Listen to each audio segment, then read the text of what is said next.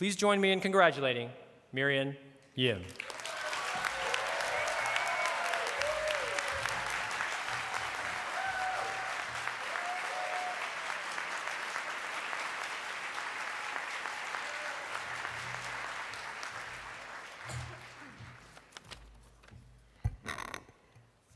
Thank you very much.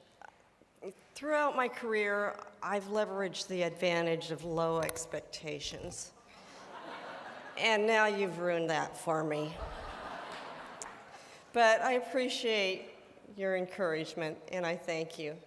Especially want to thank my husband, Bob, who has put up with all this stuff for 30-plus years. My son, James and Matthew, and my partners, Jim Wong, Craig Fuji, and Rick Carter, who've taken me into their firm, the first Asian majority-owned law firm in Arizona. And I also want to thank the amazing George Chen and all my wonderful ABBA and NAPABA friends and trailblazers. I wanted to share with you the story of how I came to be involved in NAPABA.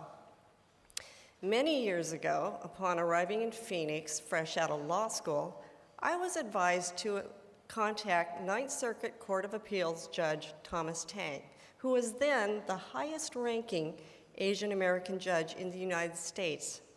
But I didn't. I felt small and unworthy of meeting such a prominent person. So I wasn't even used to people calling me Miss or bringing me coffee. And it took time for me to accept the role of being a lawyer and for others to accept me as a lawyer. People didn't know what to expect. There was no type that I fit into, and there was no brand at that time for people.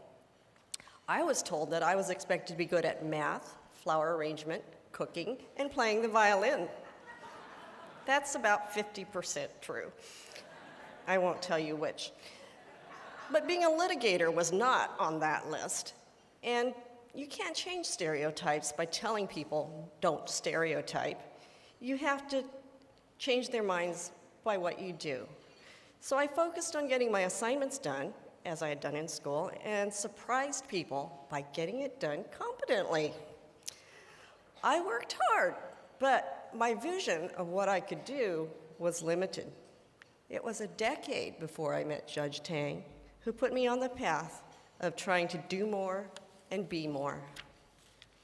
First, Judge Tang persuaded a small group of lawyers to form the Arizona Asian Bar. Think about the possibilities, he said. What could you accomplish? And by small, I don't mean 200 or 80. There were 15 of us. One day, Judge Tang said to me, as president of ABBA, "You're doing a good job, but you're doing it all by yourself. Go see this new national group, NAPABA. They're meeting in Houston." I politely declined. I had 2 young children and had to limit my travel. The next year, Judge Tang invited NAPABA leaders to meet with us in Arizona. Again, he encouraged me to go to the convention. "I'll pay your way," he offered. Again, I wanted so not to go to the NAPABA convention that I tracked down a new Asian guy in my office that I'd never met and begged him to go in my place. That was Craig Fuji. I said, "Hey, do you want a free trip to Sacramento?" The following summer, Judge Tang passed away. I felt guilty, and so I was compelled to go to my first NAPABA convention. It was in Boston, and the most memorable event of that year was bowling with Judge Ito.